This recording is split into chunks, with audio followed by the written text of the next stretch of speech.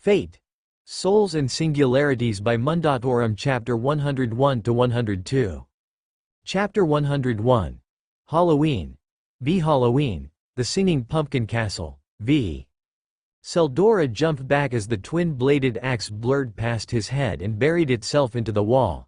The caster stared wide-eyed at the weapon before it was torn out and took a large section of brickwork with it, flinging the debris down the hallway like a shotgun blast of clay. Ash followed through the impromptu attack by charging and swinging his body forwards in a move eerily similar to one Gundyr had used on him. The caster was left wholly unprepared when the full force of Ash's body checked him into the ground. The saber would have carried on the attack before a river of blood rushed towards him from the right-hand side. The saber kicked off the ground as the blood rushed past him and solidified into spikes before embedding themselves into the wall. Carmilla merely clicked her tongue in annoyance before swinging her scepter downwards and redirecting the spider blood towards him again, only to pause and let out a grunt of exertion as Mash charged her. The woman merely smirked and thrust her hand just above the shielder's head. Mash paused at the sudden warning in her mind, directing her attention upwards just in time to see the underside of an Iron Maiden trap descend towards her head. The girl raised her shield upwards and swung it to the side, clipping the summon and sending it spinning through the air before dissipating into motes of light. Ha! A cry from Sigurd was soon punctuated by a meaty thud and a sound like shattering plates before the remains of a dead spider, with the head left with the distinct impression of a boot, went catapulting past her and further up the hallway, ricocheting off the first wall it impacted and leaving a rather disturbing green smear. "This is rather bloody work," Sigurd exclaimed as he rushed forwards, virtually barreling through the spiders in his path with little care for them as he closed in on Carmilla. The vampire scowled at him and worked up an Iron Maiden directly in front of her before launching it towards the Katarinen.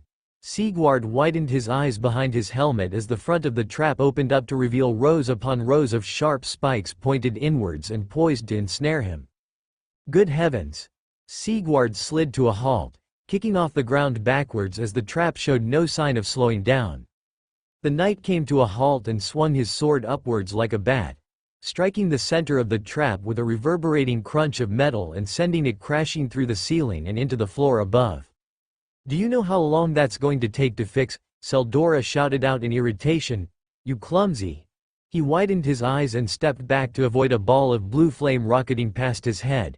His eyes instantly locked onto the rather intimidating sight of Kiyohime with her fan pointed towards him. "Your bugs scared my husband, prepare to burn." "Wah?" Seldora scrambled backwards, bringing up his catalyst and hurling forth flashes of blue light in the form of pebble-sized orbs towards the group.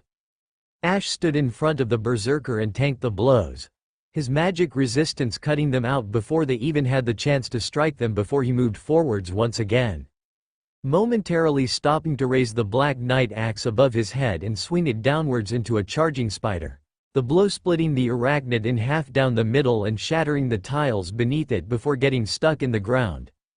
Ash raised his head to stare at the caster as the man looked between him and the berserker behind them, then looked out of the corner of his eye to see Carmilla still fighting with Mash and Sigurd. Seldora pursed his lips before standing tall and composing his expression. "You face Duke Seldora of the Cove." Ash hurled the great axe towards the man like a boomerang. Seldora let out a panicked scream and dropped to the ground as the weapon sailed just over the top of his head. "Ash!" Ritska called out in a slightly chiding tone. "I said not to kill them." Ash paused. "Ah, sorry," he called back, force of habit. "You bloody craven!" Seldora cried out in indignation and shock as he got back to his feet and looked between the spot where the axe had landed and back at the saber. "You almost killed me," he cried out as he glared at the servant. Ash furrowed his brows. "Yes, I am unused to capturing as opposed to killing. I will ensure your injuries are not fatal." "Wayu!" Seldora thrust his staff forwards and launched a spear of light towards Ash. The servant merely manifested their bottomless box and withdrew a large circular shield and parried the attack to the side. The great shield with two semicircle cutouts on the left and right side weighed heavily in the saber's hands before he raised it up again in front of him and braced it with his right hand before charging forwards like a battering ram. Carmilla swung her staff like a club, narrowly avoiding striking Mash in the side of the head with the attack. The domineering woman didn't wait for a counter-offensive before lashing out with a kick to follow through, her spiked heel colliding with Mash's side and earning a sharp gasp from the shielder and sending her stumbling to the left but with no visible injury. Sturdy girl. Carmilla teased to herself in annoyance as she lowered the leg again and thrust the staff forwards and sent the river of green blood shooting towards Sigurd as he moved in again while manifesting a Iron Maiden directly to the left of the attack. Predictably, Sigurd dodged to the right and then found himself directly underneath the trap which she dropped down onto his head. Sigurd let out a yelp as the attack struck him in the top of the head and caused him to go slightly dazed for a few moments as the Iron Maiden vanished into motes of light. She rushed forward, moving like a blur past Mash and spearing her fingernails into a point and then thrusting them towards the chainmail just underneath the right shoulder of Sigurd. The knight managed to reorient himself just in time to swing his sword upwards at the assassin. The woman backed off with a faint scowl on her face before swinging her staff to the side and throwing a maiden at the knight like a wrecking ball. The man looked to the side just in time for the attack to strike him dead center and launch his body through the air and crashing through a nearby door into one of the guest rooms. Carmilla paused and then let out an annoyed groan. "I just finished that room," she growled to herself before she turned around. And got punched in the face by Mash. The shielder managing to land a solid blow against her chin and snapping her head back in surprise. She was hardly idle as Carmilla stumbled back before grabbing her shield with both hands and swinging it into the vampire's side like a hammer, striking the woman and denting the metal skeleton lining the outside of her dress. Carmilla released a deep gasp in response as the blow knocked the wind from her lungs. Her eyes glowed with anger as she lashed out with her clawed fingers, managing to cup Mash's cheek with her attack as she was thrown away from the girl. Mash hissed in response and backed away, pressing a hand against the two shallow cuts and hissing under her breath. "Mash. Just a scratch, senpai." Mash swiftly replied to reassure the master, who sagged in relief. "Mash Kirillite still fit to fight." Carmilla released an annoyed, and rather undignified, growl as she climbed back to her feet and rushed towards the shielder. Mash cocked her shield arm back and proceeded to spin on her heel. As she came upon the apex of her turn she hurled the shield forwards, the weapon spinning through the air directly for the vampire's head. Carmilla widened her eyes and ducked down as the shield just barely missed striking her, stabbing into the wall and becoming embedded in it, before her head snapped up and she resumed her charge towards the young girl, thrusting her claws forward like spears as she came in close to Mash. The young servant however rolled forwards, ducking just underneath the claws and moving directly underneath the assassin. Their eyes met as Mash reached the midpoint of her roll, staring directly up at the assassin with her legs cocked back and her hands pressed flat against the ground behind her head. Carmilla's eyes widened at the girl's intent far too late to act before Mash pushed off the ground and extended her legs forwards at rapid speeds while pushing into the air. Her armored heels connected with Carmilla's chin and launched the servant backwards through the air away from the girl, leaving her head spinning from the sudden impact. As she flew through the air towards the direction she had come from, the back of her head crashed against the cross shield still stuck in the wall and snapped her head forwards while the momentum of her body continued on. The result was the assassin virtually flipping in mid-air and roughly landing on her face with a pained groan. "This is getting unreasonable." Ritska returned his attention to the battling servants. "We're probably going to end up winning." "Awfully confident for a commoner, aren't you?" Saldora tried to counter before he ducked down and narrowly avoided a punch from Ash, the fist flying just over the caster's head and burying itself in the stone wall. The two men stared at the fist before they looked at each other in silence. Ash wasted no time in ripping the arm free in a wide sweeping motion with the intention of catching the caster in the cheek. The man scrambled backwards as he was showered in a rain of dust and debris from the now missing chunk of wall in the side of the room. Ash rocketed forwards and swung his left hand in an overhead punch towards the prone caster. The man rolled to the right to avoid the attack as it slammed into the flooring tiles and shattered them in an instant. As Saldora tried to move away again, Ash's right hand lashed out and clasped around the collar of his clothes before hurling him across the room and into the nearby wall. As the man dropped down, Ash cleared the distance in a second and cocked his arm back for a haymaker which landed in Saldora's gut. bending his body forwards and burying him sideways in the wall like a tent peg. As Ash pulled his arm back, his left hand reached up and roughly grabbed Seldora's face and pulled him free of the wall before hurling him across the corridor and into the opposing wall head first. The force of the impact drove him like a nail until the point he was halfway buried with only his legs sticking out. When the man made no further attempts to move, Ash relaxed his body and turned towards the others. The caster has been dealt with. Ritska stared at the unconscious form of Carmilla face first on the ground and then towards the legs of Seldora unceremoniously dangling out of the wall before he raised his hands and rubbed his face. Well, at least they aren't dead. Might I ask why? Because I'd rather not kill everyone I meet? Ritska responded back somewhat sharply before he caught himself and exhaled. Sorry, spiders have me on edge and I really don't like passing out when I know they're around here. The sounds of clumsy movement had the group turned towards the hole Sigward had been blasted through as the man stumbled out of the hole. Goodness me. The knight exhaled in surprise. I appear to be having a rather slow day. He looked upwards towards the ceiling. I didn't think those things could drop from the sky. They looked like Iron Maidens. Romani informed the group as his face flashed up again. I suppose that makes sense with her identity being, we did find out who that was, right? Ritska blinked. That guy, he pointed towards Seldora, called her Carmilla. Well, I guess we met the adult version of Elizabeth.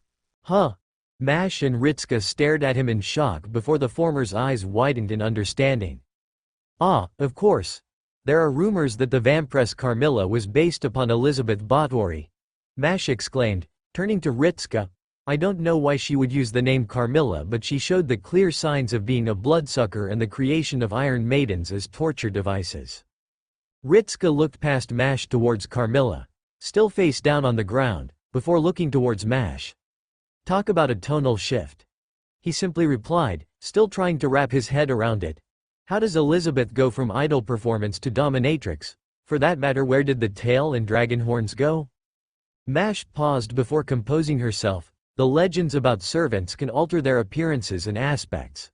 Given that the adult version of Elizabeth Báthory is believed by some to be a vampire, it would change her physical appearance. She paused. In the same way that Vlad Tepes could also be summoned as a vampire. Right, Count Dracula and all that. And Senpei. Yes. What's a dominatrix? Yua. Ritska stared at the shielder with wide, slightly panicked eyes. Before they drifted away from her and towards Romani on the screen. The man's expression was utterly blank as he stared at the master. For Ritska, that made the situation all the more awkward as Romani continued to stare at him. Nothing important. He quickly replied to the demi-servant, Romani's expression turning more tranquil. Bizarre words aside, shall I assume we are free to advance? Ash inquired as he pulled his great axe out of the floor, hefting the large black weapon up before resting it on his shoulders. He paused as he watched Kiyohime approach the prone form of Carmilla on the floor, raising an eyebrow behind his helmet. Is there some issue? Kiyohime didn't reply, instead coming to a halt around a foot from the assassin on the ground. The young girl stared at the servant with a flat expression before she looked left and right, then leaned down, spotting a suitably sized stone and picking it up. The berserker seemingly examined the rock with a raised eyebrow before she gave a pleased nod to herself and looked back down at the servant. The girl threw the rock at the head of the white-haired woman, earning a sharp gasp from the servant as it made impact. Ouch, Carmilla hissed, raising her hand up and clasping at her head. What on earth? Don't try to play dead to shirk from your duties. Kiyohime spoke with clear disapproval aimed at the assassin. She then gestured around the ruins of the hallway and the multiple dead spider bodies littering the location. Especially not when you and the other one have so much work left to do. Besides, you can use this as an opportunity to improve your cleaning skills as they looked rather pitiful. She turned towards the others and smiled. Now we can continue. Carmilla merely sobbed quietly, clutching her hands into fists and scraping at the duty and debris on the floors. Ritska stared at the woman with a raised eyebrow, pointing to her and then looking at the others. Are we just gonna go then? They do not seem to be in a position to stop us. Ash shrugged to himself, before looking to Kiyohime and noticing her expression was suddenly filled with interest. Is there something you have learned? I suppose we confirmed that the dragon girl has the Grail, she replied instead, looking past the saber and down the hallway with an intrigued hum. I wonder what else it might do beyond this. She gestured around them, curious circus. Her smile grew as she started to walk in the direction of the doors at the end of the hallway with a sudden enthusiastic pep in her step, moving past the saber and singing to herself in an upbeat tone. Ash watched her with furrowed brows as she ventured past him, then turned his attention back towards the others in the hallway, all of whom were watching the berserker with equal amounts of bewilderment and curiosity. Did I miss something? I am not entirely sure, Sigward replied slowly. If you have, I believe I might have to join you in that regard. He confessed with a confused tone of his own, for I too have no idea what has just occurred. Me neither, Ritsuka replied, scratching his cheek with uncertainty before he shivered ever so slightly, and yet I feel an odd sense of foreboding. Halloween is a time for scary stories, Senpai. Mash dutifully informed him with a hopeful smile. Maybe it is the spirit of Halloween that is finally getting to you. I don't think this has anything to do with Halloween, Romani remarked with a wry smile, leaning back into his chair and then looking around to see the director glaring down at him. The man's smile vanished and his lips thinned once again. Olga continued to stare at him blankly for a few moments before she turned back towards the screen. Keep going. The presence of potentially hostile servants has already been confirmed. Therefore you should expect further resistance as you move in until you encounter the owner of the Singularity. She paused, and expect her to be in possession of the Holy Grail and thus more powerful as a result. However, as she is a Chaldean servant, you would likely be able to use a command seal to order her to. Actually, Elizabeth Báthory has a rank magic resistance, Romani commented from the side, earning a surprised look from the director. She what? Yeah. Romani pointed to a screen on the left, pressing several buttons before a series of parameters showed up. A rank in magic resistance and B rank in territory creation. He winced. A command spell would probably have to be really specific to affect her, and even then, she might be able to withstand the effect of one for at least a little while. Long enough to use the Grail to override it. Is that why I can't just summon her now? Ritsuka raised up his right hand and waved the red marks. Because of the Grail? Pretty much, Romani replied with a sigh. It's an unfortunate situation to be sure. The Grail interferes with the command spell system by providing the servants with their own source of magical energy. A temporary battery by which they become independent. The man paused again. Basically they become their own masters. That's just cheating, Ritsuka complained with a groan, rubbing the bridge of his nose and shaking his head. All right then, we've still got a concert to attend, guys. The group wandered off back down the hallway, leaving Carmilla alone with an unconscious Seldora, the woman banefully glaring at the mess that surrounded her. This is unfair. The woman whimpered. I'm a noble, damn it. I shouldn't be the one on my hands and knees cleaning up. She turned towards the dangling legs of her compatriot. This is all your fault, you know? She pointed accusingly at the man.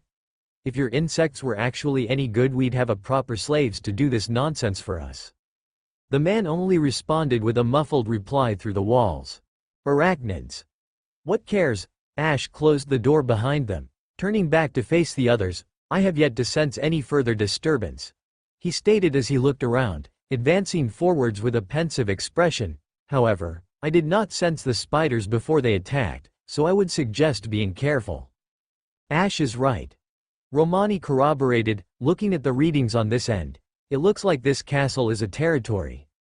A better than average looking one too, so it would seem that she put her territory creation skill to use. Scratching his chin, Romani blew air out of his mouth. Looks like it might be messing with your senses a bit. Even we're struggling to get accurate readings on this end. What we can tell you is that there are still signs there are more familiars in your location. Either skeletons, ghosts, spiders, or whatever other bizarre freak show is down there. The woman rubbed her forehead with a low groan.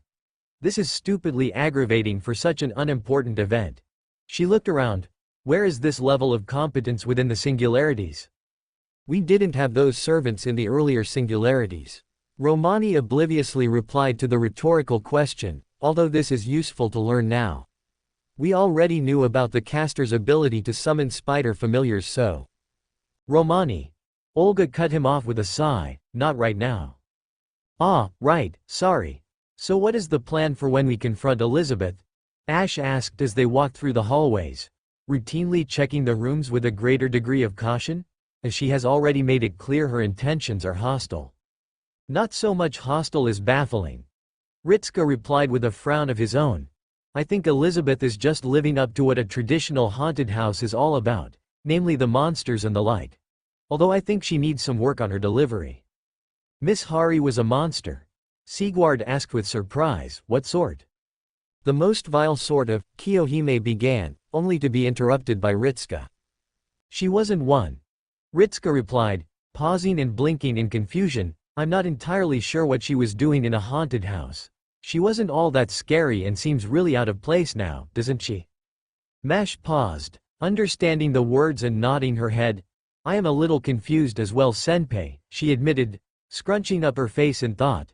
Maybe, didn't the invitation say it was a concert? She pointed out, pausing and cupping her chin. If so, that might mean that Mata Hari was summoned as a sort of opening act. Releasing a hum, Ritska considered the words before nodding his head. That's certainly possible, he admitted, then grunted, actually, that makes a lot of sense now that you mention it. She did say she was supposed to greet her with her dancing and then lead us inside.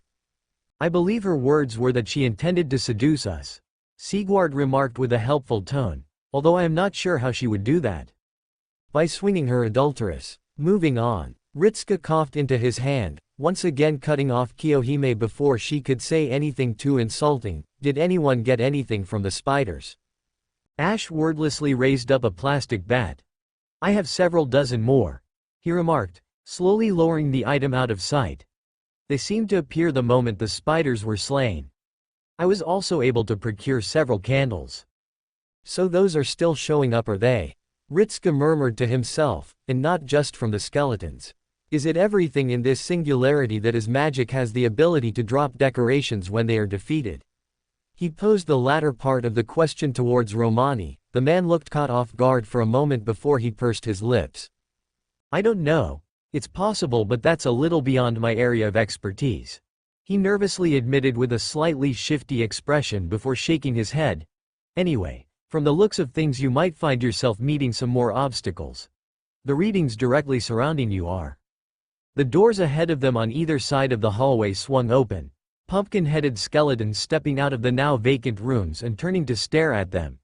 Each of the rag-wearing creatures brandished some manner of weapon, either bows, spears, axes, swords, and Ritska was sure he even spotted one with a kitchen knife.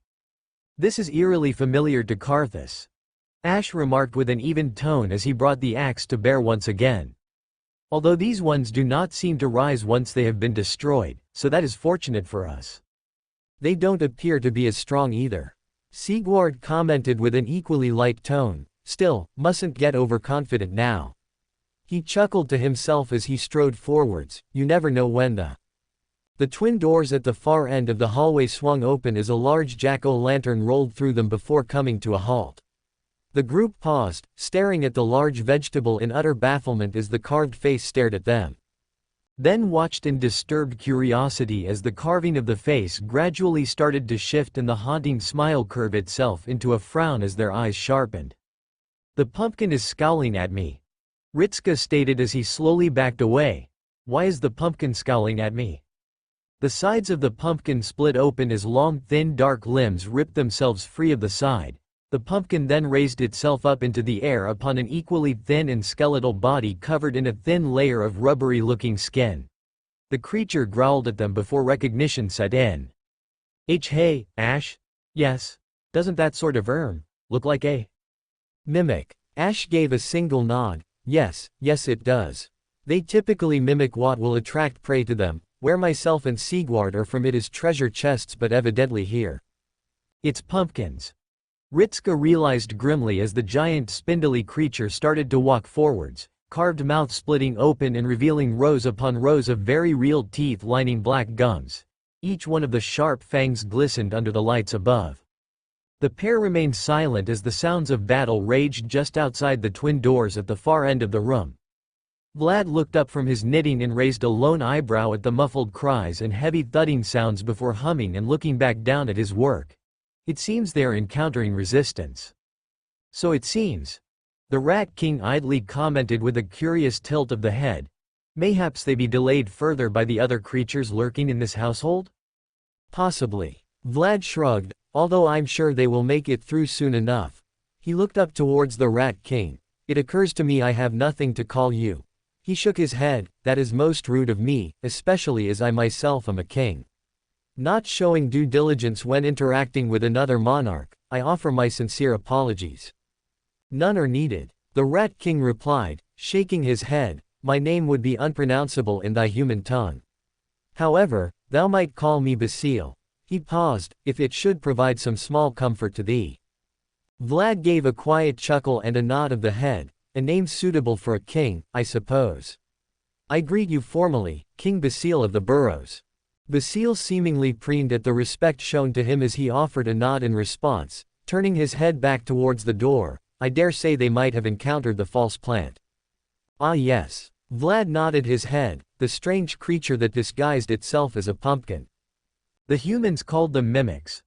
Basile informed him, treacherous creatures, but they prey on the inevitable greed of man, and they were well fed indeed.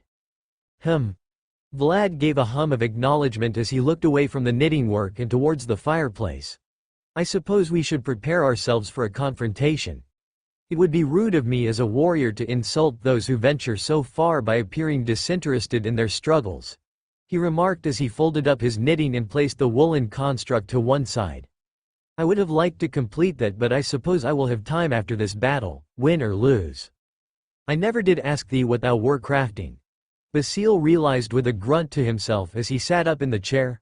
Some manner of cloth, I assume? Yes. Vlad admitted easily without anything in the way of shame. I always wanted to try my hand at it in life and never found the opportunity. He raised his arm and gestured at his sleeves. I found the skill put into making these clothes rather fascinating, and when presented with the opportunity to make my own attempts, I dared not let it slip through my hands. An impressive effort for one who is untested in the art. I find it is helpful to think of them as stakes. Vlad replied before his lips thinned, although I suppose that might be a rather grisly comparison when my history is concerned, but the comparison remains. Lowering his arms and resting them against the armrests of his chair, he pushed himself to his feet and adjusted his attire. Waving his hand and manifesting a long spear in the right palm and clutching it tightly, in your own defenses? The court of the Burrows is never far from their king. Basile replied in a vague tone as he closed his eyes. Vlad slowly turned his head to the far wall as a small stone archway manifested itself against the surface. The single stone door gradually raised itself up and revealed a thick darkness behind it. One by one, large rats, around the size of small dogs, scurried out of the darkness and into the room, soon followed by a slightly larger rat with what looked like a mohawk running down the back of its head, which earned a slightly raised eyebrow from Vlad but no comment from him. Basile opened his eyes up again. That vanguard of the royal rat court. He explained away the unasked question as he turned his head towards Vlad. As I said, a king is never far from his people. His tone turned slightly forlorn. However, they are not the same. Vlad gave an understanding nod. Mere summons. I see. He then paused. I can see why you did not summon them with the caster about. Basile gave a disgusted hiss. I would never dirty my sight with such a creature. Humans who slew their own kind in the pursuit of greed. Despicable, and one who set loose the scourge of the armored ones upon our underground haven. I suppose he did seem somewhat fanatical. Vlad admitted to himself with a curious hum before he gestured to himself. However, I am a berserker and my class is famed for its insanity, so perhaps I am in a poor position to judge. Thou art not the only one whose reputation was besmirched. Basile replied with an exhale. My class is famed and I have no desire for a golden chalice, for my wish could never be granted with it. Vlad remained silent at the confession, lowering his spear and staring at the door where the sounds of battle grew louder and louder. All around him the rats gathered themselves into pockets of 5 or 6, all facing the door with clear readiness for whoever would come breaking down into their room. I've got him, Sigurd cried out as he charged forwards, crashing into the knees of the mimic in a clumsy tackle and wrapping his arms around both their legs and pulling them together. "I have him," he cried out, letting the others know. The mimic released an angered growl as it tried to shake the knight off its body, wobbling around before eventually reaching down towards him with its clawed hands with the intention of throwing him away. The plan was quickly put on hold as a cry came from its left side. The head turned towards the flat side of the cross shield, falling through the air towards it as Mash rocketed towards the head like a meteor. The attack slammed into the mimic with a weighty thud and launched it to the ground. With Sigurd's grip still around its knees, it tripped up and fell flat on its back while Mash still sat atop it with her shield in its face. The girl blinked at the sudden development before she found herself wrestling with a pair of arms which snaked around either side of the shield in an effort to throw her off. Ash rushed towards the struggling trio, raising the axe above his head like an executioner and swinging it downwards towards the middle of the mimic. The great axe slammed into the gut of the creature with a wet thud as it buried itself in the chest and became lodged in the being. The mimic opened up its fanged mouth and released a bellowing cry of agony, slightly muffled by the presence of Mash's shield on its face, and redoubled its efforts to pull itself away from the girl and wildly swung its legs up and down, causing Sigurd to thrash around along with them. "Whoa!"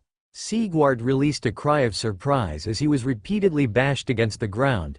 Ash ripped the axe out of the torso and caused dark liquid to spray forth from the wound. The saber frowned behind his helmet as he raised the axe above his head once again and swung it downwards into the torso, this time splitting the body in half and burying the weapon into the ground. The wild flailing of the mimic went still, the arms falling to the side and going limp. The servants released breaths of relief as they turned back around towards Ritsuka, who was standing behind Kiyohime. The woman had her fan extended outwards with a pleased expression as the charred remains of bones surrounded her, parts of the wallpaper having caught fire and several small specks of flame along the ground. "There we are, Enshin-sama." Speaking in a satisfied tone, she flipped the fan closed and turned towards the master. "Not a single one of them got close to you, as I promised." "Yeah, thanks." Ritsuka nodded to her as he looked around at the damages, sniffing to himself and grimacing ever so slightly. "Do burning bones always smell this bad?" he asked the others.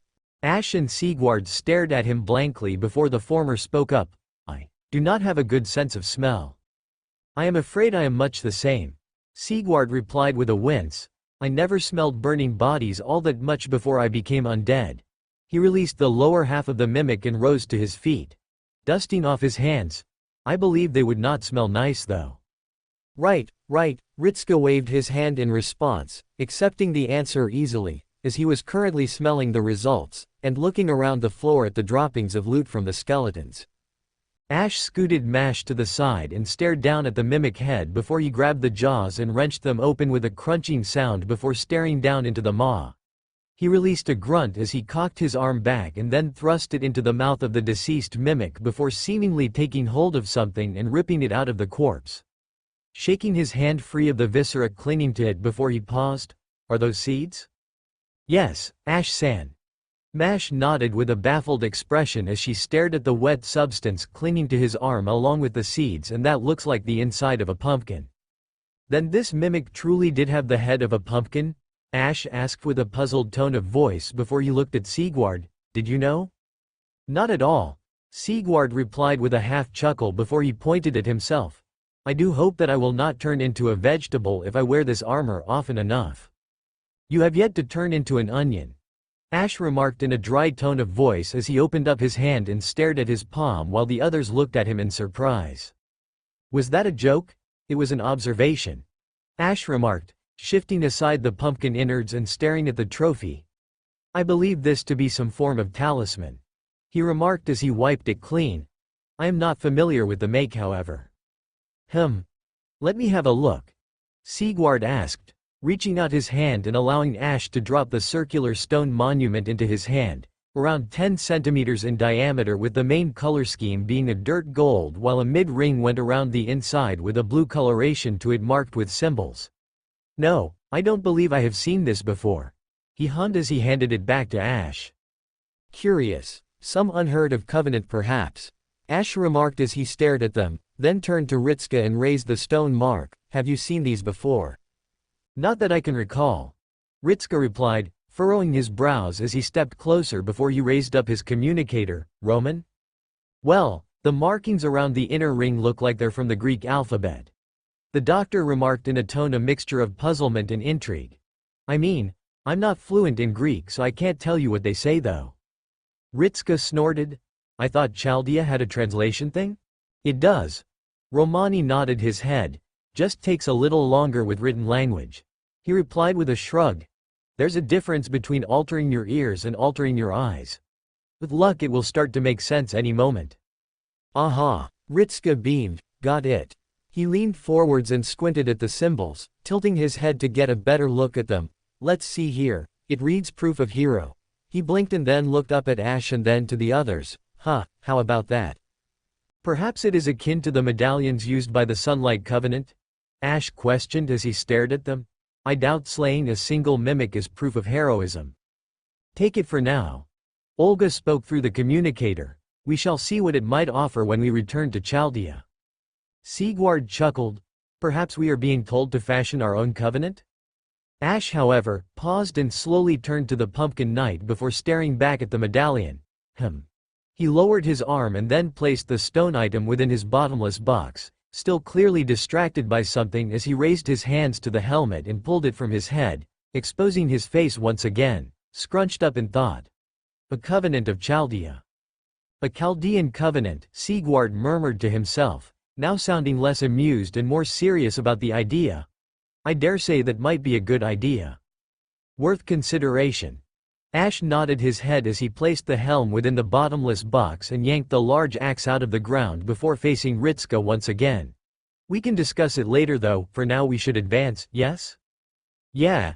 Giving a single nod of affirmation, Ritska gestured down the hallway towards the twin doors at the far end and started to walk forwards.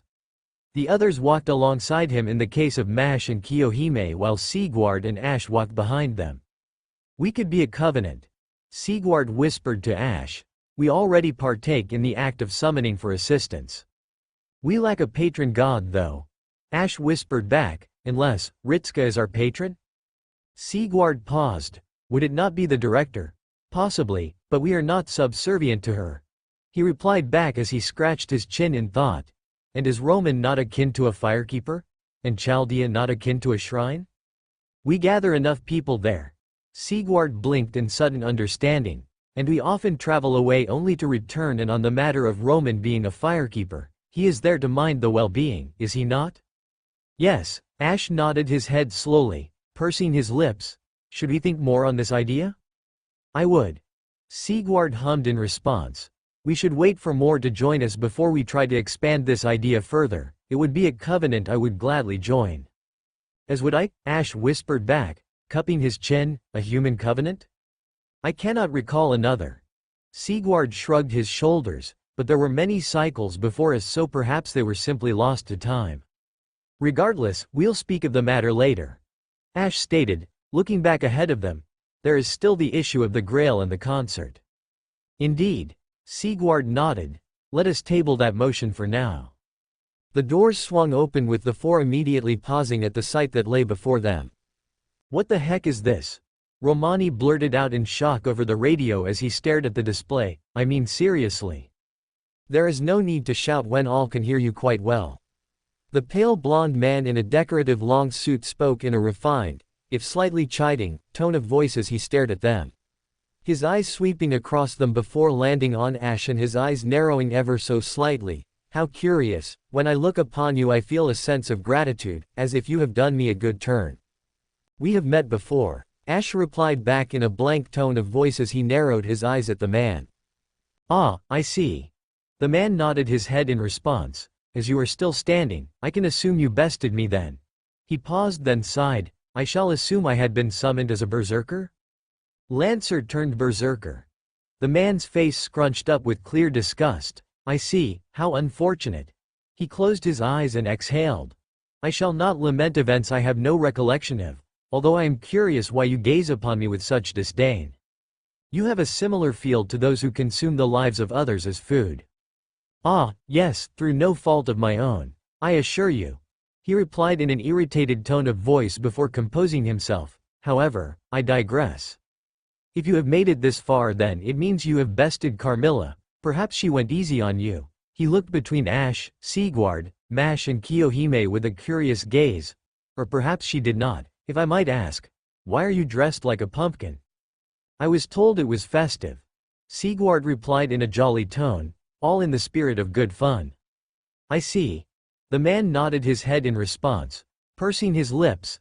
I suppose the manner in which one relieves oneself of boredom is not for me to judge, as you are not my people and we are not on the soil of my land. He shook his head slowly. Still, you are here now and I shall grant you the honor of facing me in battle. Spinning the spear in his hands, he rested the base of the weapon against the ground. I am Vlad Tepes, the Dracul. Count Dracula, Romani blurted out in shock, earning a twitch of irritation from the man. Do not call me that. He sharply responded, Vlad Tepes, not Dracula. That ridiculous story has already cost me enough of my pride as it is without altering my name as well. He paused, composing himself once again, and I shall allow my associate to introduce himself as well. The eyes of the others fell away from the man and towards the rat sitting in the chair near a fireplace. Humans, undead, and the rat spoke in an elegant tone before it paused, taking a sniff of the air once again and staring at Kiyohime. One who bears the blood of the sky serpents. He remarked with intrigue before his eyes fell onto the small white creature that was Fu. I see. The rat exhaled. I am the king of the burrows. Monarch of all sludge in the depths of the world. However, thou might call me Basile. Basile. Ritsuka replied slowly before he nodded at the rat rather uncaringly. I'm Fujimaru Ritsuka or Ritsuka Fujimaru. Basile tilted his head slightly. Yes, I read thee well, human. A simple folk with a simple desire and without judgment. A boon as much as it is a burden. His eyes swept across the others with a lazy gaze before he leaned back into the leather chair. Kiyohime looked at the rats and curled her lips slightly. How does one expect to keep a mansion like this clean when it could be seen as infested? Ritsuka pinched the bridge of his nose and sighed. Sorry, but why are you here? No offense. Basile gave a scoff. Think not of my presence, human. I am merely here to extend greetings as a sovereign before I judge thee. He nodded towards Vlad. He is the one thou shalt be concerned with. Quite so. Vlad hummed in response. I suppose I should inform you that I am of the berserker class. Oh my, a true warrior and one of the same class as myself. Kiyohime blinked in surprise before smiling smugly to herself, although no berserker could ever truly match me in elegance and breeding. Vlad scoffed. You make me laugh, man-eater. Your sin will scorch you from within. His eyes narrowed as he stared at the teal-haired girl. Both you and I have trod a wicked path and neither of us shall ever step foot back within the light. Kiyohime stared at him in silence before her smile vanished, replaced with an annoyed scowl. That kind of ticked me off. You will pay dearly for that remark. Naturally, this is a banquet and even jesters must give it their all. Vlad remarked without much in the way of intimidation to her words. As the ruler of a nation myself, I understand the value of festivals. Man needs circuses as well as bread. Ash frowned at his words. Wow. Mash stared at the two of them. They seem really serious, senpai. She whispered to Ritsuka with a hint of shock. It's like they didn't bother to get in the mood for the event. In a sense he's a true berserker. Romani's face popped up, the only sane man in the world of the insane. Vlad gave him a single blink. I find that a touch rude. I consider myself a gentleman with a sense of humor. He exhaled. Still, we shall continue on with this, shall we not? Wait a second, these spirit readings, Olga muttered as she stared at the screen with confusion before her eyes widened. A ruler? Fujimaru. That rat is a ruler-class servant. Eyes instantly went wide and landed on the rat with clear surprise. I did say I was sovereign. Basile replied with a blank tone as he raised a single paw, and as sovereign, I shall lend aid to a fellow ruler and perform this jest with the same dignity as my kingship demands. Ritsuka and the others watched the way the rats tensed their bodies in preparation to charge. Mata Hari's dance was one of mirth. Vlad began. Carmilla's dance was one of suffering. I shall offer my own dance, a dance of blood. He then paused. Alas! I must beg your forgiveness. I am much better at embroidery. The tense mood deflated in a moment. Embroidery? Mash repeated, unsure if she had heard him correctly the first time before she stared at his outfit. Does that mean you made that? Ha ha ha, oh no. He chuckled, shaking his head. You flatter me, but I am not quite that adept. This was made by a more skilled tailor than I. My position got in the way of me trying my own hand at it, however that is less of a concern now. He remarked with a fond smile, if you would like, young girl, I would be willing to give you a lesson on the craft later. An applique of a praying man that would decorate your master's clothes well. Vlad! Mash exclaimed with a hint of surprise while Ritska furrowed his brows and looked at him in confusion at the surprisingly amicable attitude the man held. However, we must do battle first. Vlad's tone and body shifted in an instant, coiling itself and tightening his hold on his weapon. Similarly, the rats shifted their bodies back as well. I have been told to hype up this party, so to speak. He muttered with a hint of amusement, and the best way to liven up this banquet is with your screams. He raised the spear towards them. Now then, let the feast begin. Welcome to Fanfic Audiobook, your go-to place for immersive audiobooks. If you enjoy the content, don't forget to like the video and subscribe to our channel for more amazing stories. Chapter 102. Halloween. V. Halloween. The Singing Pumpkin Castle. V. Spear met sword in a clash of metal. Ash stared up at the slightly taller blonde man as he stared down at the saber with a slightly narrowed expression, easily pushing the servant back with his superior strength before spinning the weapon above his head and thrusting it towards his shoulder. Ash parried the strike to the side, his face remaining passive as he narrowly avoided being run through before he jumped back as Vlad stabbed the butt of the spear into the ground. Ash watched as the ground rumbled before dark stakes burst through the tiles and chased after him. Ash widened his eyes before throwing his left hand forwards and unleashing a black orb of fire directly into the stakes, burning them to dust and halting their advance. His eyes flickered upwards as he locked onto Vlad, the man looking equally impassive at the display, and rushed to the side to flank around him. He paused when one of the rats jumped up at him through the air. The saber paused and backhanded the rodent away from him before swinging the sword in his right hand upwards and cleaving the rat in half, the body disappearing into motes of light. He raised a lone eyebrow before he looked over to where Basile was sitting and narrowed his eyes.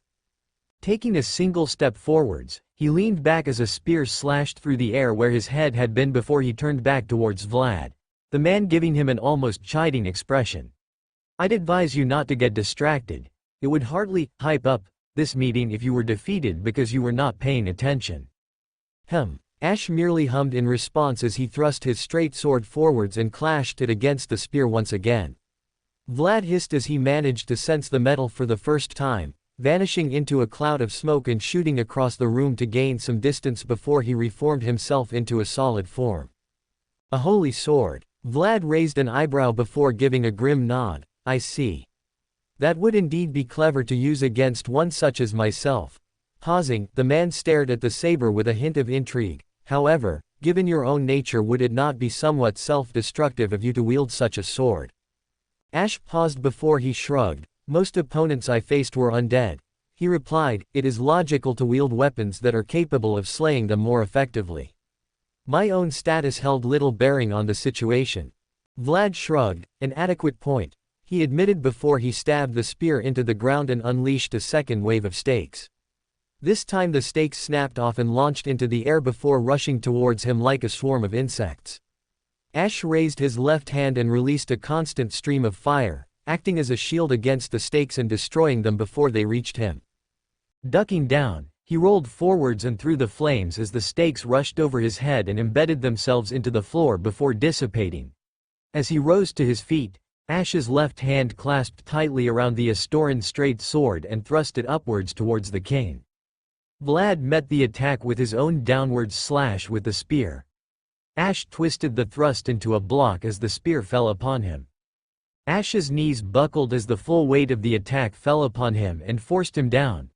Vlad's right hand thrust forwards and unleashed a large stake from the palm aimed at his shoulder. Rolling to the side, Ash narrowly avoided the strike before the king followed through with the attack and struck him in the side of the head with the butt of the spear. Swinging his left hand to the side, Ash released a stream of fire aimed at the vampire. Vlad vanished into the smoke and shot upwards into the air and managed to avoid being caught in the attack before the smoke rushed down behind the saber and reformed into a solid shape. Ash turned around as the man stared down at him before he swung the spear upwards and caught him in the chest with an uppercut strike of the spear and launched him backwards. Ash crashed into a nearby bookcase, sending the tomes flying from the shelves and crashing to the floor. Shaking his head, Ash stood back up only for a rat with the body of a wolf charged him and sunk its fangs into his sword arm. Ash merely stared down at the beast with a raised eyebrow before he pulled his left arm back and punched the animal in the side of the head. The rat dog released a screech as it was forced away from him.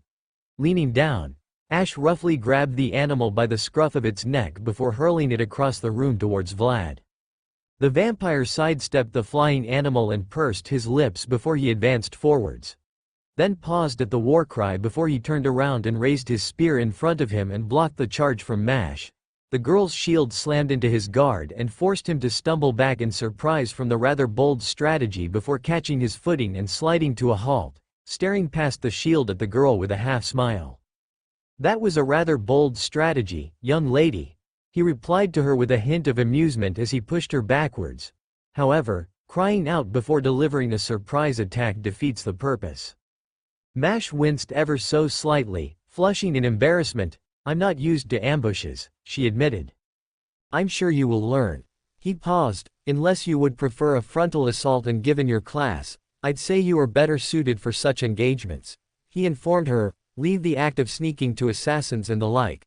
He paused before he swept out his leg, kicking the shield to the side and spinning it in Mash's hands as she was distracted. The girl released a surprised cry before Vlad swung the side of the spear towards her ribs. The girl's expression suddenly hardened as she leaned backwards, the spear sailing just past the top of her body as she swung her left leg upwards in a high kick and caught the man in the chin with the attack, snapping his head back and causing him to release a grunt in surprise. The girl spun on her heel and readjusted herself and assumed a combat posture with the shield tightly held in her right hand and cocked backwards for a thrust. Vlad slowly lowered his head as he stared down at her with a raised eyebrow, lifting his free hand and rubbing his lip before pulling his hand away and staring at the small drop of dark blood from the split lip he received courtesy of the kick. Releasing a faint chuckle, he gave the girl a smile. "As I have said, a frontal offensive."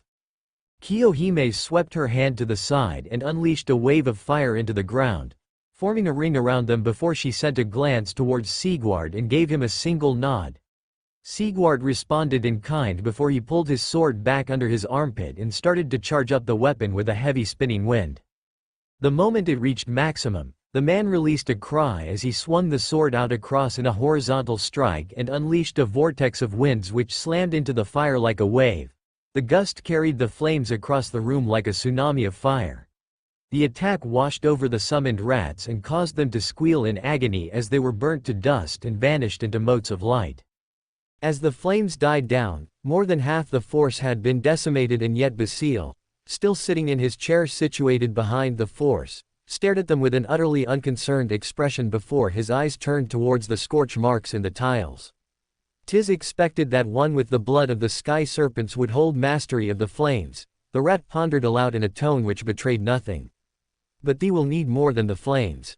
I am certain I can procure some mousetraps," Kiyohime remarked with narrowed eyes, "but my cleaning skill also covers vermin." Sigurd blinked behind his helmet and stared at the girl, soon followed by Ritska staring at her in surprise. "I realize they might not be the most usual company," Sigurd admitted with a hint of puzzlement, "but is that reason enough to be so hostile with them?" Kiyohime merely pursed her lips. "The presence of rats means that the location is unclean," the girl replied as if that was the only answer, "as one with a cleaning skill as high as mine." "I'm still convinced that isn't a real skill," Romani commented in the background in an exasperated tone of voice. "It is only natural that I would find issue with rodents casually living here." Basile stared at her with a raised eyebrow before he tilted his head. "Thou art a headstrong child, art thee not?" he replied to her. "But there are elements of truth to your words. My people prefer the dark and cold of our burrows to the chiseled stone and sun-cursed lands of the humans and sky serpents." "You mean you prefer to be underground?"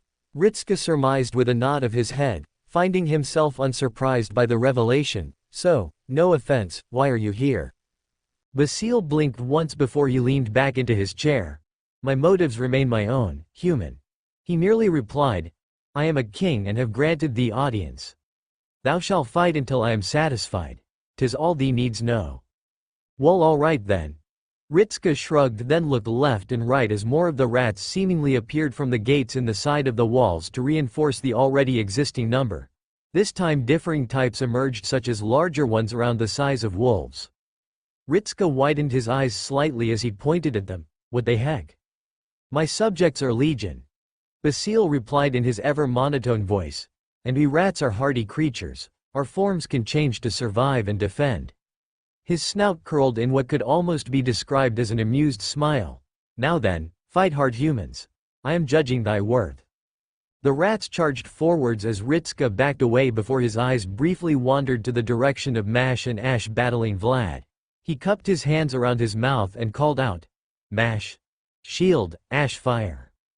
Vlad paused as the words echoed across the room, raising a lone eyebrow in the direction of the shielder as the girl abruptly raised her guard up and hid behind the cross-shaped shield, manifesting a luminescent blue wall around herself. The man paused before he felt heat build up behind him and swung around to see Ash raise his left hand back and generate a colossal orb of fire in his hand. The orb continued to grow until it was slightly wider than he was in diameter, with two small spheres of flame orbiting around it. Ash stomped 1 foot forwards and leaned heavily on it before he hurled the orb of fire towards the berserker. Vlad widened his eyes and dove to the side as the orb crashed against the ground and unleashed a powerful explosion which had him almost blown off his feet but still sent stumbling away. The distraction was more than enough for Ash to close the distance and swing down at the vampire. Vlad's eyes widened as he leaned away, not a moment too soon, as he felt the bite of blessed steel cut across his cheek. The man released a loud hiss as the holy element attacked his nature and caused blue flames to spout forth from the wound. Vlad swiftly responded as Ash attempted to swing the sword back up towards him. His spear stabbed into the ground beneath the sabers and caused him to widen his eyes in alarm and snap his vision downwards just in time for the stakes to shoot upwards from Vlad and stab into his legs. Ash grunted as he found himself immobilized by the attack before looking upwards and being struck in the side of the head by Vlad's spear and sent stumbling away. The moment Vlad made to advance, Ash's bottomless box flipped open and the saber withdrew the short spear of the Drang weapons and thrust up towards the vampire. Vlad leaned back and once again found himself face to face with blessed weaponry. Then the spear burst into flames. Vlad stepped backwards and parried the weapon upwards as Ash turned towards him and thrust the sword in his right hand towards his leg. Vlad rushed down and caught the arm by the wrist and twisted it, causing Ash to wince before a stake thrusting through the limb caused him to drop the sword and release a faint gasp. Using his superior strength, Vlad pulled the saber towards him and spun on his heel and threw the servant across the room and into Mash's shield. The girl released a surprised gasp at the impact. Vlad stared down at the blessed straight sword before curling his lip and kicking it away from himself and across the room before refocusing on the servants in front of him. "A most troublesome opponent you are, Saber," Vlad praised with a nod of the head as the blond man got back to his feet, staring at the right arm with the large hole through the wrist with a grimace. "With a great many tricks up your sleeve.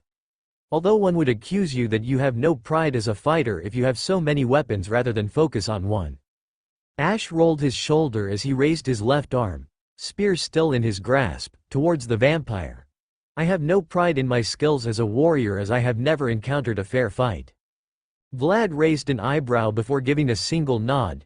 "A good reason, I suppose. Although to face a king with no pride is rather insulting. Then again, in my current form I could hardly be said to be the most prideful being as well, not more than a vile bloodsucker. Then perhaps I shall end this suffering existence for you. Ash remarked with narrowed eyes as he spun his spear and stabbed it into the ground before raising up his left hand over his right and casting warmth to heal the wound as best he could before grabbing hold of the spear again. Mash moved her shield to the side and stepped around to the side of the saber. Not quite so suffering, Vlad remarked with a raised eyebrow. Perhaps had I been summoned as a lancer, I would indeed find this situation most disgusting, but it might be a product of my madness enhancement that I cannot find myself more aggrieved by my situation. He shrugged, looking around. Still, you are doing remarkably well in such an enclosed environment. He paused. Perhaps I should put in more effort. Mash blinked at him. You mean you were not before? All of my attacks have been to wound you, young lady. Vlad kindly informed her as his posture tensed. This is hardly a life or death struggle for either of us. However, I have my pride as a king to, at the very least, treat you like warriors and respond appropriately. Flipping the spear in his hand, he nodded towards Ash. That is mainly why I am allowing you the opportunity to heal and why none of Basil's subjects have approached us yet. The saber and shielder duo paused as they realized they had not yet been attacked by the rats.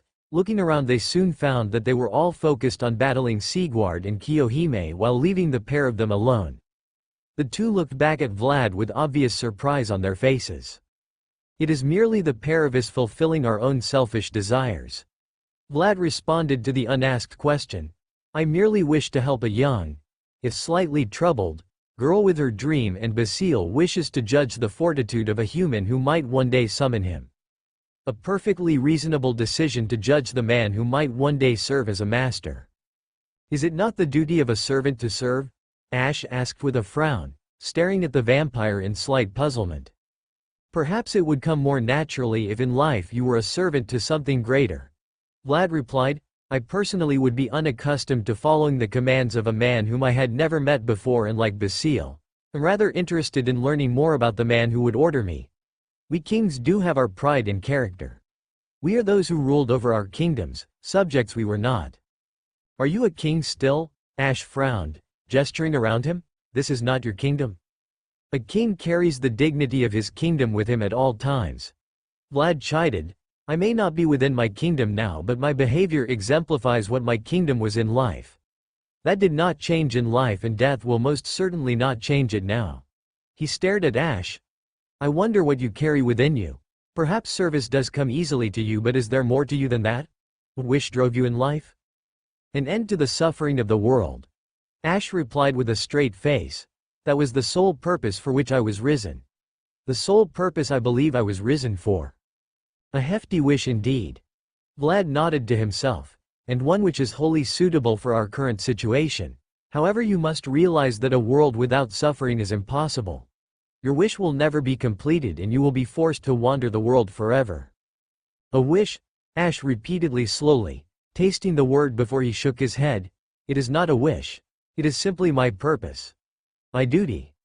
The reason for my existence. To call it a wish would be to admit it is a selfish desire of mine. Then do you have no wish at all? Vlad asked curiously, noting that Mash was now staring at him out of the corner of her eye. You fight for a sense of duty and nothing more. No selfish desire for yourself. Not even for your condition. My condition is my penance for failure.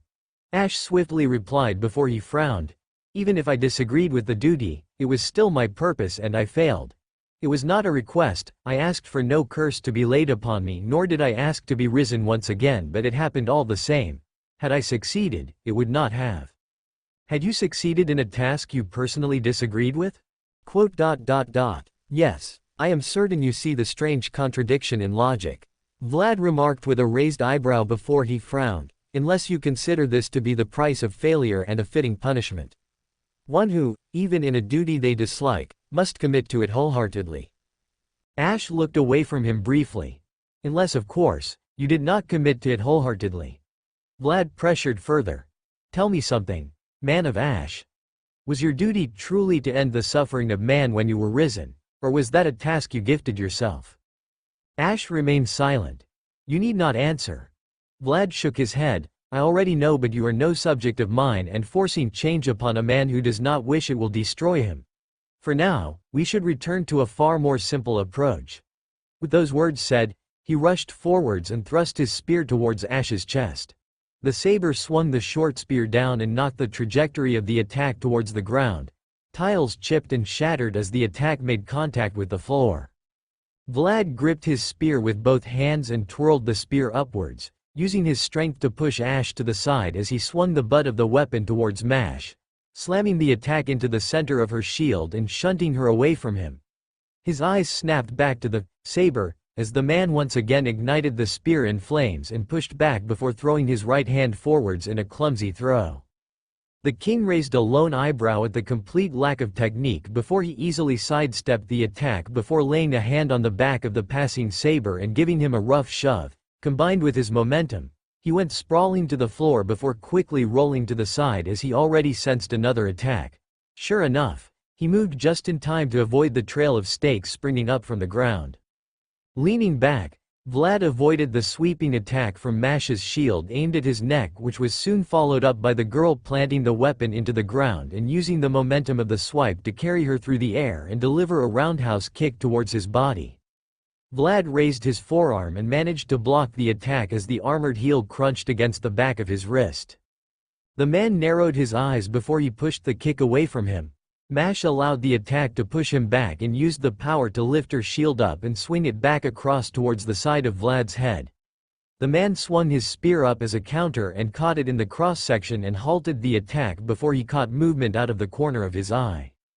Turning to the direction of the attack, the man widened his eyes as he saw the chiseled greatsword sweeping towards him from under the saber's left arm while burning a brilliant orange as demonic flames coated the blade.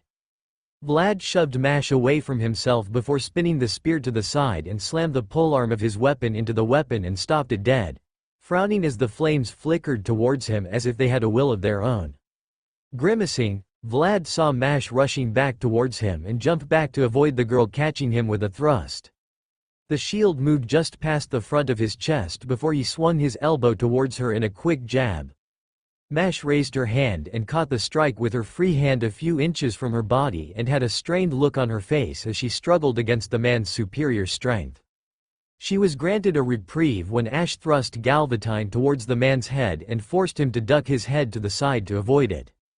Mash then thrust her knee towards his gut, slamming the armored limb into his side and forcing a sharp gasp from the man and causing him to recoil away before Ash thrust his left hand in a quick jab and caught the man in the shoulder. Vlad grimaced as the limb forced his aim to go low when attempting to counter, the spear moving just past the saber without hitting him. The berserker grimaced before stamping his foot down and causing a wave of spikes to explode out from where he was standing in the direction of the pair of attacking servants. The pair jumped away from him to avoid being caught in the stakes as they rushed towards them and forced them from the vampire. The man gave the pair of them a critical gaze. "I believe your teamwork is currently adequate." He complimented the pair before his posture turned relaxed. "However, I believe that will be more than enough for a mere dance." Mash blinked at him in surprise before sharing a curious glance with Ash and watched as he slowly lowered his sword but didn't loosen his stance, still prepared for an ambush. Vlad then directed his attention past the pair and towards the battle still ongoing between Basile and the others. Sigurd swept his sword sideways and unleashed another blast of wind which sent half a dozen rats flying through the air, Kiyohime unleashing a blast of heat as they flipped through the air, catching them in the orange waves and turning them to dust just as quickly. The berserker shifted her expression past the burning rats towards Basile, still sat in the chair and stared at her with an unchanged expression as he stared between the two of them before tilting his head, then nodding downwards. Sigurd narrowed his eyes behind his helmet before he widened his eyes and jumped to the side as the rat with a mohawk snapped at his ankles, narrowly avoiding biting him in the process. The rodent merely hissed at him before scurrying forwards at impressive speed and nipping after the knight before rushing off to the side and avoiding the blast of fire from the dragon girl. Kiyohime frowned in annoyance before weaving her flames again and thrusting forwards another burst of heat at the rodent. This time, several of the rat dogs jumped in the way and absorbed the blows before they could reach the rat, shielding it from the worst of the damage and obscuring it from vision. Sigurd cocked his sword arm back, building up the twister of wind around his blade and then thrusted it forwards, the gale force winds blasting the burning corpses away and showing off the mohawk rat once again. Sigurd rushed forwards, raising the sword above his head with both hands and swinging it downwards. Then Basile opened his mouth. I name thee, Sigurd of Katarina. Halt. Sigurd paused as if suddenly held in place by an unseen force, by the surprised grunt of the man. He clearly wasn't expecting it either. Basile merely scoffed. Thee forgets, humans. Ruler I am in both class and title. The Mohawk rat charged forwards while Sigurd was held suspended. The rat slammed its jaws shut against his ankle and earned a pained grunt from the knight as he was freed, stumbling backwards and feeling his foot go numb as he stared down at the thin layer of stone starting to creep over the top of the armor and through it. Petrification, Sigurd exclaimed in alarm and earned a wide-eyed look from Kiyohime and Ritsuka. We rats defend our burrows thusly. Basile replied as if the answer was obvious, staring at them before his eyes fell onto Ritsuka for a brief moment then looked away. Noticing that Vlad had ceased his own battle and was staring expectantly at him. However, this audience approaches its close. There is another thou must entertain. Ritsuka blinked, then looked around. You mean we're done? Yes. Basile bluntly replied. I had no desire for such a permanent end to this duel. I wished only to see thee human and I have. His eyes fell upon Kiyohime and narrowed. And despite thy company, thee has potential for an adequate servant. Ritsuka furrowed his brows in confusion at the rat, then slowly looked to his left in the direction of Mash and saw her equally puzzled expression. The girl stared at him for a few moments more before she turned towards Basile and called out in a slightly confused tone. Excuse me, your majesty. To add on to the question, she even raised her hand which earned the attention of Basile. Isn't that the wrong way around? Basile stared at her for a moment of silence before he replied, no. Mash blinked once again at the rather blunt statement before closing her mouth and looking towards Ash for some measure of guidance.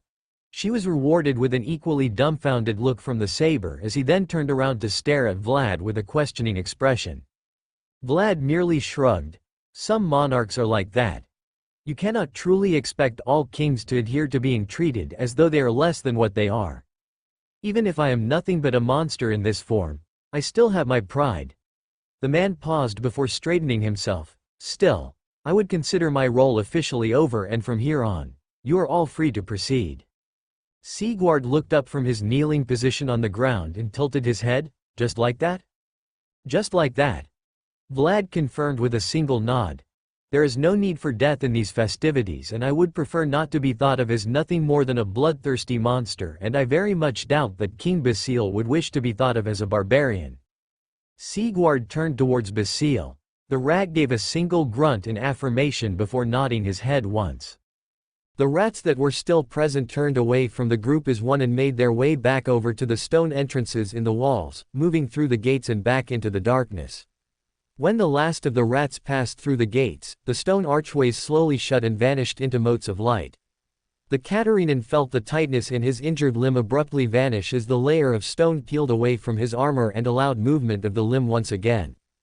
I say, Sigurd muttered, shaking his leg to get some measure of feeling back into it, you are all quite reasonable are you not? Naturally. Vlad remarked with a hum before he turned away from the group and gradually walked his way back over to where he had been sitting before they arrived, dismissing his spear from existence and placing himself elegantly in the leather chair. I would ask that you hurry along now and continue to play along in this little game for just a touch longer. Oh, Kiyohime sent him a curious look, you seem rather concerned about a certain dragon girl. Are you perhaps related? Vlad merely chuckled at the notion, dismissing it with a wave of his hand. Nothing of the sort, but I am allowed to show my pity to a comrade. Being tied to a legend you personally have little appreciation for is something I understand all too well. He leaned back into his chair. I merely wished to lend whatever aid I could to such a person. As for how that help manifests, I cannot help that. Kiyohime's eyes fell onto Basile expectantly. I have my own motives which I have since completed. Basile merely replied as he lowered his head onto the chair and closed his eyes, exhaling lightly, Thou art free to leave, kin of the sky serpents and human of the sun-cursed lands. Thy task has yet to be completed. Right, nice to meet the both of you. Ritsuka replied with an honest nod of the head. Hope to see you again under different circumstances? Naturally. Vlad replied with a hum, although I would ask that if you do summon me to do so as a lancer. He sighed, rubbing the bridge of his nose and hiding his own irritation. Being called a vampire repeatedly is grating to the nerves. Ritska nodded towards the others, gesturing towards the door at the far end of the room before he started to walk towards it. The others soon followed after him while giving cursory glances in the direction of the two kings to see if they would do anything. Neither one of them made any attempt to move, content to go about their business. As they passed through the doors and out of the room, Vlad chuckled and returned to his knitting. A rather polite young man, was he not? The human master. Basile grunted, simple, honest but otherwise unremarkable. I find that the mundane can be just as interesting as the exotic. Vlad replied with a wry smile before he gave a thoughtful hum. And at what point does the exotic become mundane? If a man remains average amongst a sea of brilliance, is it not a feat in itself? Basile merely snorted. 'Tis something of note. It is indeed. Vlad admitted before he looked down at his work before looking towards Basile. Would you like me to make you a scarf? No, very well. For a rat and a vampire they seemed pretty decent. Romani bluntly stated as the group wandered through the next corridor. Although in this out-of-control world, is it evidence of more weirdness if common sense comes from people like that? Roman, I'm not touching that logic with a 10-foot pole. Ritska gave a wry chuckle as he shook his head. Frankly, I'm still working through the fact a rat was speaking to me. I mean, that's never happened to me before. Nor me. Ash admitted from behind the master. The rats I encountered were little more than savage beasts. Encountering one who held the ability to talk as well as claim the title of a king was rather baffling. So, wait, were you actually surprised? Ritska asked with wide eyes. Really? It was an oddity. Ash shrugged in response to the expression. Although given what the rats were like when I encountered them, I am left to assume that what befell the kingdoms of man also befell the kingdom of the rats. He turned to Sigurd, unless you have heard of them. Rat kingdoms? Nope. Sigurd shook his head. I dare say I was left as dumbstruck as the rest of you when the rat opened up his mouth and spoke to me and a ruler servant as well. Blowing out air from his mouth, he turned to Romani. I suppose I can see why they can be dangerous at times. Yeah, looks like they caught you in a bind. Romani remarked with a grimace. From what Jean's stat sheet tells us about rulers, they are designed to mediate Grail wars, so they have a fair few advantages over servants. Least of all being the ability to incite their true name and extol some small level of command over them. Is that what that was? Ritska asked with a worried frown, because he just froze up. Only limited control, and it only works on servants. Romani replied, then paused, looking up. As for any more on that, you'd probably have to ask Jean about it because frankly, I don't know. I'm basically just reading off a piece of paper and telling you what it says. That can be spoken of later. Olga cut in, sliding into the picture and causing Romani to wheel his chair to the side. From what we're looking at on this end, you are approaching the very top of the citadel, and thus we can assume that you are approaching the end point of this singularity. Remember to beware of anything that might be considered dangerous or otherwise unexpected. Ash blinked once at her before he looked down at Ritska. I believe she just means, be careful. Olga sputtered before leveling a faint glare at the saber, and considering your track record thus far, I am inclined to believe that you will just ignore any warning you receive. I am not careless. Ash defended himself with a stern frown, then paused when he saw the looks of disbelief he received from everyone present. Even Sigurd, managing to convey a tone of incredulity through his helmet, gave him pause. I'm not. You are quite reckless, Ash-san. Mash replied to him in a strained expression. And you do have a tendency to be very forwards. I have not died yet. Therefore, I am not careless. Is that your criteria for being an idiot? Olga blurted out in clear exhaustion through the communicator and then pointed at him. You idiot. You called him an idiot twice. Romani helpfully supplied before the director's glare fell on him and caused his mouth to snap shut. With how dense his skull is, I very much doubt the first time registered at all. Her gaze fell back onto Ritska and caused him to stand up straight. Make sure he doesn't run off like a fool and get himself killed or crippled. Yes, director. The woman gave a satisfied smile before the communicator shut off and allowed an awkward silence to fill the hallway. Quote, I feel as though there's a habit of people getting the roles mixed up around here. The master eventually spoke in confusion after a few moments. This world is crazy. You look stressed. The cat-eared woman with large pawed hands stated as she stared down at the man sitting in the corner with his head in his hands. Have a jack-o'-lantern. She smiled, sliding once across to him. For the last time, the man groaned, we don't eat them. Up, up, up. The girl shook her finger. Which one of us is the aspect of a god? You are. So who has the best advice? You. There, see? The girl smiled, leaning back. Naturally my advice is perfectly correct at all times. The man merely released another groan. Why did you purr the word? Because I'm a cat. It's what I do. She shrugged as if that was the only answer before turning away from him and strolling over to the table. Now then, we'll probably be having guests over soon. They completed the fight against Vlad and dinner. I mean the rat. A short while ago and are now making their way here. How do you know this? The man's voice changed from tired to puzzled in a split second, tilting his head and staring at her. Divine wisdom? Yeah, sure. If that makes you feel better. She gave an uncaring shrug before she beamed. Now then. It's time for this maid to do her best and offer her warmest greetings to. She then paused and narrowed her eyes at the man as she realized something. Wait a second, you aren't in costume. You were being serious? The man blurted out in surprise as he shot to his feet and stepped away from her. I assumed that you were merely joking. I never joke about maid stuff. She paused. Unless I do joke about maid stuff and then it's fine, but usually I don't. She pointed a claw towards him. Now. Put on the butler suit. Why? Because we're in a castle and are both guards. She replied as if the answer was obvious. So naturally we need to dress for the part, don't we? I'm already a maid and you have the physique for being a kick-ass butler, so wear the outfit. But, no buts woof, did you just bark at me? The man stuttered, I thought you were a cat? No, I'm a fox. What? But you said? I am many things. I am a cat and a fox. Don't question it because I'm not going to. Woof. She pressed a hand against her chest. I am Tomomo-cat and I can bark like a fox if I want. Archon merely stared at her in silence for a few moments before his shoulders slumped. Is that a command? Yes.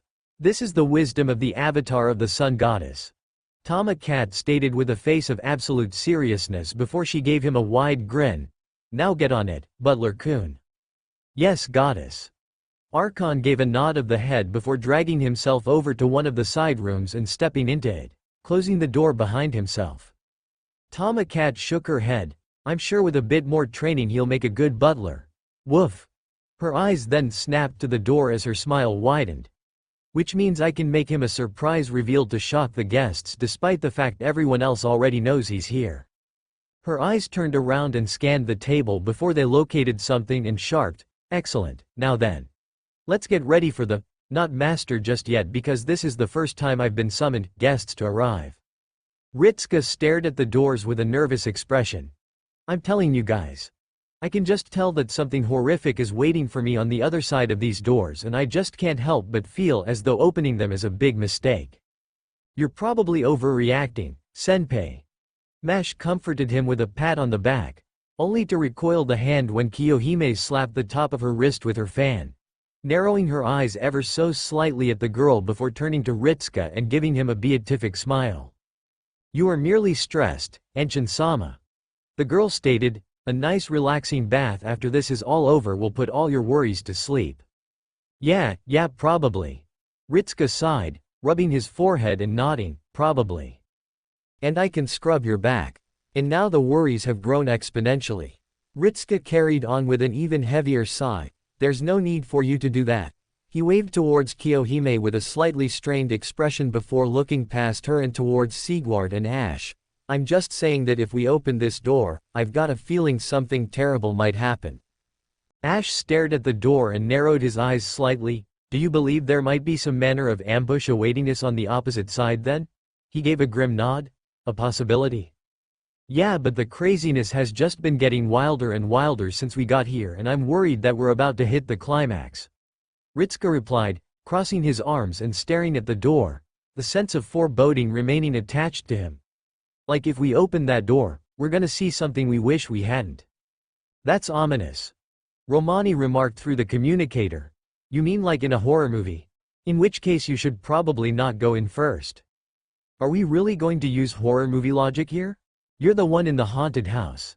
Touché. Ritsuka nodded his head in a conceding fashion. So how do we get in if we can't go in through the door?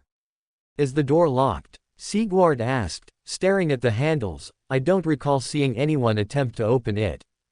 It's less to do with the attempt to open it up and more to do with assuming that if we open it up something bad will happen. Ritsuka explained, I mean, we could probably just open up the doors and stroll on in, but the chances of that ending in any manner which isn't horrible are slim. Now you're being cynical, senpai. Mash chided him. I fear Dr. Roman might be rubbing off on you. Hey, the pair called out at the same time, Ritsuka following through, I'm not that bad. Talk of that aside. Ash interrupted the pair as he walked towards the door with his arms out in front of him. I believe there is a simple method of determining whether or not this is an ambush. He rested his hands on the door handles before twisting them, and that is the simplest approach available to us. Ash, no. Ritsuka called out with wide eyes, reaching towards the saber but too late to stop him from pushing the doors open in a dramatic fashion. Woof! Is it time for walkies? Ash and Ritsuka were the first through the door and found themselves staring dumbfoundedly at the individual on the opposite side. Dressed entirely in a maid outfit, Ritsuka was unsure where exactly he was supposed to look. Either at the bright orange animal ears sitting atop her head, the furred arms and legs, or the large bushy orange tail flicking back and forth in a pleased manner. The smiling girl continued to stare at them as she offered a lead in their direction, which was attached to the dog collar around her neck. Ritsuka stared at her in silence before he raised a single finger. Excuse us for one moment. He smiled at her in a strained manner before he grabbed the doors and slowly closed them again before he turned around and noticed Ash still giving an unblinking stare towards the closed doors. This is why we wait. I see. Ash nodded his head once before he paused and furrowed his brows. No, actually, I don't. Me neither. Ritsuka admitted with a sigh before he faced the others behind him, so I'm not sure if you heard what was spoken in there. Something about a walk. Sigurd replied, scratching his chin. Actually, you closed the door before we could tell what was going on. You would probably be thanking me for that. Ritsuka replied as he looked over his shoulders back towards the door, because, I don't actually know. Me neither. Romani's face flashed up, the man looking utterly baffled. I mean, I appreciated it, but it sort of came out of nowhere if I'm being honest. It doesn't really fit in with the haunted theme of the castle. The man paused before he furrowed his brows. Unless we're talking about a werewolf approach here. In which case she was probably about halfway done and looks as though she gave up. Ritsuka bluntly remarked, looking back over his shoulder at the door. Either that or, that wasn't a dog tail though, was it? No, that was definitely a fox tail. Romani nodded his head. A werfox. Werfox. Romani gave a shrug and a half smile. I mean, it's the best I could come up with. Right. Werfox. Ritsuka blinked profusely before he looked around. Does anyone know what a werfox is? Tomacat stared at the closed door with a pouting expression, lowering the lid and placing her pawed hands on her hips with a grim frown. Why did they leave? She asked herself, shaking her head. They came this far and then just turned tail and ran off. Woof. She then paused and cupped her chin. Unless they were intimidated by my awesome power and couldn't find a way to beat me, that's possible. In which case, as a guard I am positively outstanding. She turned to the right as the side door opened. Archon walked back into the room with his armor gone. However, the helmet still remained on his head, leading to the rather amusing image of a butler suit with a full steel helm resting atop it. Meh, it'll do. Tomacat shrugged before turning back to the door. You just missed them. I what? Archon tilted his head at her, looking left and right. Did they just walk past? No, they took one look at me and fled. She pumped her fist victoriously into the air. It must have been my amazing power they feared. Archon, however, was staring at the dog collar around her neck and the lead still in her hands. "What are you doing?" he asked in a distant and somewhat concerned tone of voice. "What do you mean? I'm a dog.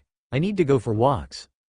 Archon did a double take. But you said, what? Are you confused? It's really not that hard to follow." Tomacat put her hands on her hips and stared at him with a frown.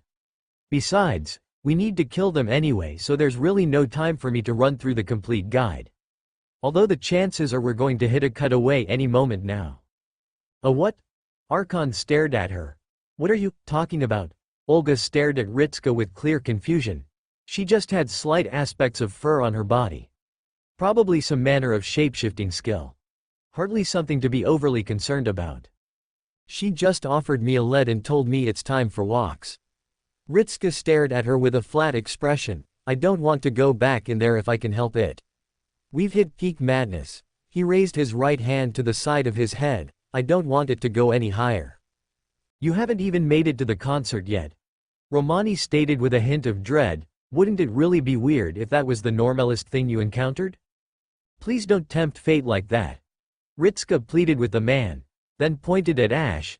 Even he can't comprehend what he just saw. What did she mean by walkies? Ash asked as he looked at the others, and why was she holding a noose around her neck? "See, now I have to explain this to him." Ritska rubbed his hands over his head. "This is just weird." "I'm sure it will be." Romani cut himself off, then shook his head. "Actually, forget I said anything, it probably won't." "Thanks a lot, Roman." Ritska groaned before he exhaled long and hard, then raised his head up and turned back around. "All right then, as long as it's just her, I'm sure we can deal with it."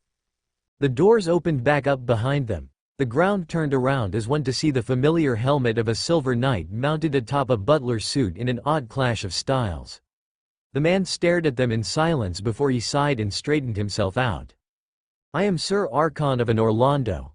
He introduced himself, "and I am supposed to welcome you to the—" He slowly trailed off and looked down. "Must I say it? The divine avatar has given you a command." Ritska heard the voice of the catgirl coming from behind the man. "Say it. Welcome to the Rumble Zone." Archon finished. "Can I take your coat?" Ritska stared dumbly at the man before he said the first thing that came to mind. "I'm not wearing a coat." Archon looked back at them in silence before he lowered his head even further and his shoulders slumped. "This is a strange penance I suffer, yet I am convinced I deserve it."